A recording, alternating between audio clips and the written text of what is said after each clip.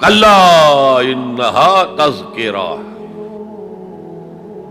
یہ لفظ بہت اہم ہے. تذکرہ، ذکرہ، تذکیر، فذکر بالقرآن، کیا معنی ہے اس کے؟ یاد دہانی صحیح ترین ترجمہ ہے، یاد دہانی.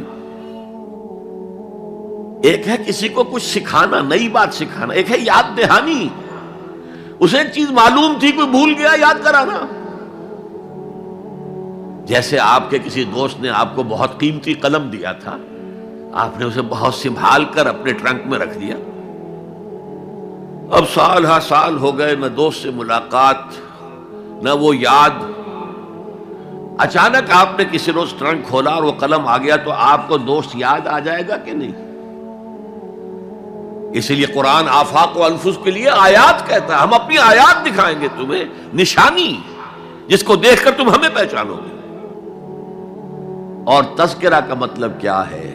پوٹینشلی ایمان ہر انسان کے دل میں موجود ہے.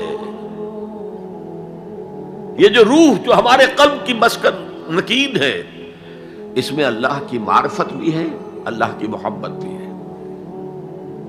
البتہ ذہول کے پردے پڑ گئے ہیں، بھول اور نسیان طاری ہو گیا ہے.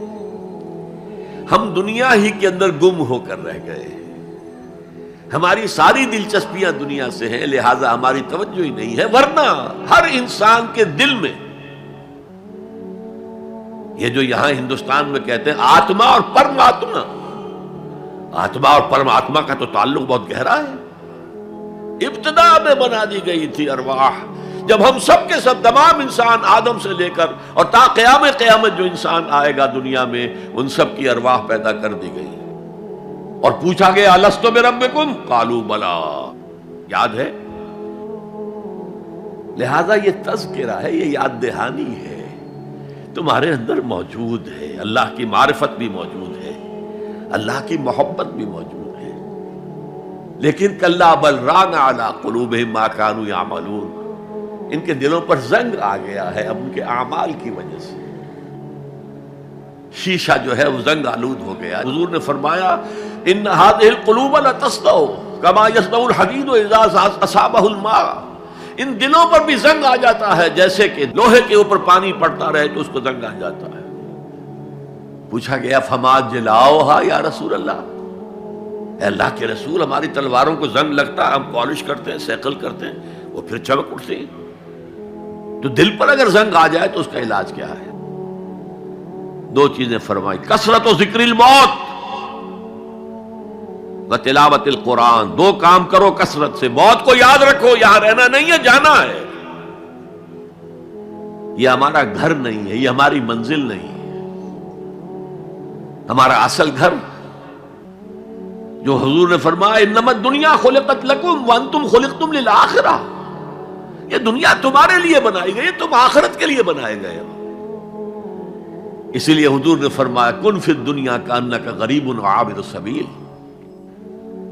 دنیا میں ایسے رہو جیسے راہ چلتے مسافر ہو یا اجنبی ہو.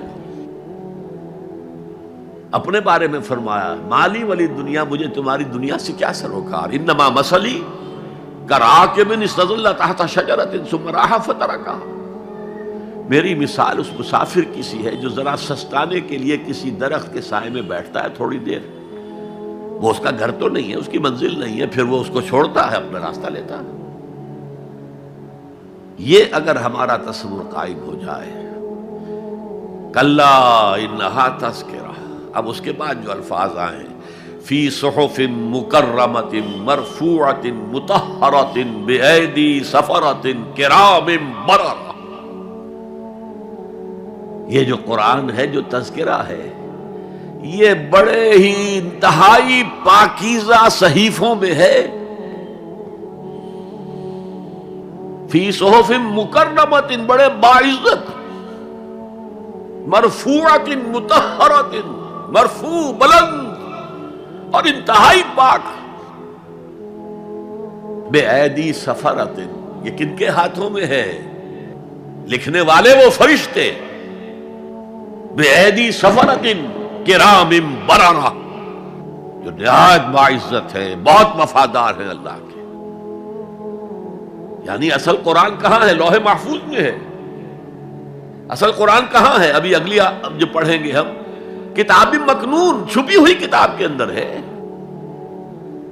اصل قرآن کہاں ہے؟ وَإِنَّهَا لَفِي أُمِّ الْكِتَابِ لَدَيْنَا لَعَلِيٌّ عَظِيمٌ، یہ تو اس ام الکتاب میں جو ہمارے پاس ہے، بہت بلند ہے اور بہت عظمت والا ہے۔